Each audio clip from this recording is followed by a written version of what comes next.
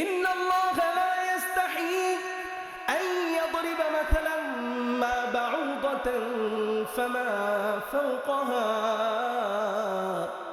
আল্লাহ রাব্বুল আলামিন বলেন, নিশ্চয়ই আল্লাহ তাআলা লজ্জাবোধ করেন না, উদাহরণ পেশ করতে লজ্জাবোধ করেন না।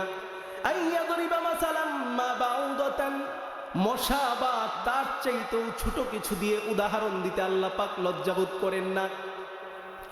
মশার উদাহরণ কেন আল্লাহ পাক দিলেন? কোরআনুল কারীমে আল্লাহ পাক কোরআনের মতো এত বিশাল গ্রন্থ, এত দামি কিতাব, এটার মধ্যে মশার কথা আল্লাহ পাক কেন বললেন? এক জায়গায় বললেন বাউদাতুন মশা, আরেক জায়গায় বললেন জুবাবুন মাছি, মশা মাছি, তারপরে মৌমাছি, পিঁপড়া, এরপরে আছে বিভিন্ন প্রাণীর নাম গোরাবুন কাক ইত্যাদির কথা আল্লাহ পাক কোরআনে উদাহরণ দিয়েছেন।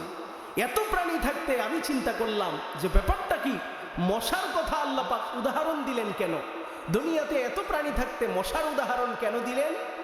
মশার উদাহরণ আল্লাহ পাক এই জন্য দিলেন, আমি যখন এটা গবেষণা করলাম, বর্তমান বিজ্ঞান আবিষ্কার করেছে যে একটা মশা হচ্ছে পৃথিবীর মধ্যে সবচেয়ে আশ্চর্যজনক একটা প্রাণী। যেই মশা আপনার আমার আশপাশে ঘুরে, ঠিক কিনা? মশাকে চিনেন না এমন কেউ আছে নাকি এখানে? মশা আপনার আমার ঘরের চিপায় চাপায় থাকে, বাথরুমে, টয়লেটে, তারপরে মাসায়, আঙিনায়, টিনের চালের কিনারে, জলাশয়ে, বিভিন্ন জায়গায় মশা থাকে, মশা উৎপাদিত হয়। তো আমি চিন্তা করলাম যে আল্লাহ পাক এই মশার উদাহরণ কেন দিলেন? এই পৃথিবীতে মশা হচ্ছে এমন এক আশ্চর্যজনক প্রাণী, একটা মশাকে আল্লাহ পাক তৈরি করেছেন, আপনারা শুনলে অবাক হবেন। বিজ্ঞানীরা আবিষ্কার করেছে মানুষের চোখ থাকে কয়টা বলেন তো দেখি? 2টা, কিন্তু একটা মশার চোখ হচ্ছে 100টা। এই ছোট্ট ক্ষুদ্র মশার চোখ কয়টা? 100টা। মানুষের হার্ট কয়টা?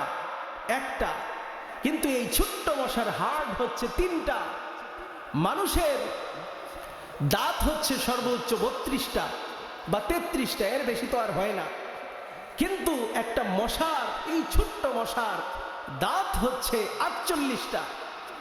তারপরে আরো আশ্চর্যের বিষয় আমি যেটা হয়েছি, মশার মধ্যে আছে এক্সরে রশ্মি, যেই এক্সরে দিয়ে মানুষের বুকের হাড় ভেদ করে, হাত পায়ের হাড় ভেদ করে সেটার ছবি ফুটিয়ে ওঠে। সেই এক্সরের মধ্যে আমরা আমাদের বুকের হাড়, হাতের হাড় দেখতে পাই। ঠিক মশার মধ্যেও এরকম একটা এক্সরে রশ্মি আছে, কার রক্ত ভালো, কার রক্ত খারাপ। মশা 72 ফিটের ভিতরে সে বুঝে ফেলে কার রক্ত ভালো, কার রক্ত খারাপ, এগুলো মশা টের পায়।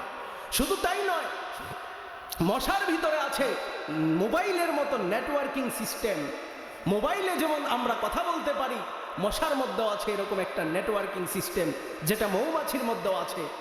সবচেয়ে যেটা আমি আশ্চর্য হয়েছি সেটা হচ্ছে যে পৃথিবীতে এমন কোনো পাখি নাই যেই পাখিটা প্রতি সেকেন্ডে আপনার 5 থেকে 10 বারের বেশি তার ডানাটা ঝাপটা দিতে পারে। কিন্তু একটা মশা তার 2টা ছোট্ট ডানা এটা ঝাপটা দিতে পারে প্রতি সেকেন্ডে কতবার জানেন? এই পৃথিবীতে এমন এক আশ্চর্য প্রাণী, যেই মশার 2টা পাখা, 2টা ডানা ঝাপটা দিতে পারে প্রতি সেকেন্ডে 500 বার।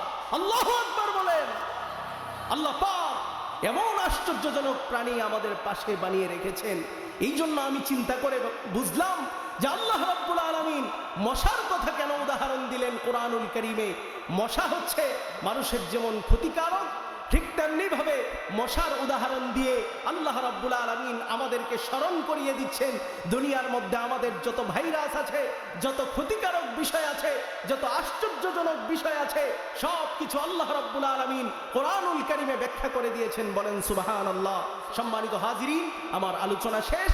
এই সংক্ষিপ্ত সময়ে আপনাদেরকে যেই থিওরি, যেই মশার তথ্য আপনাদেরকে দিলাম, এবং এর আগে হাদিসের আলোকে সংক্ষিপ্ত যেই ব্যাখ্যাটা আপনাদের সামনে করলাম, এর মাধ্যমে আমরা আমাদের দুনিয়ার জীবনে আল্লাহ রাব্বুল আলামিন আমাদেরকে বুঝার এবং বাস্তব জীবনে আমল করার তৌফিক দান করুন।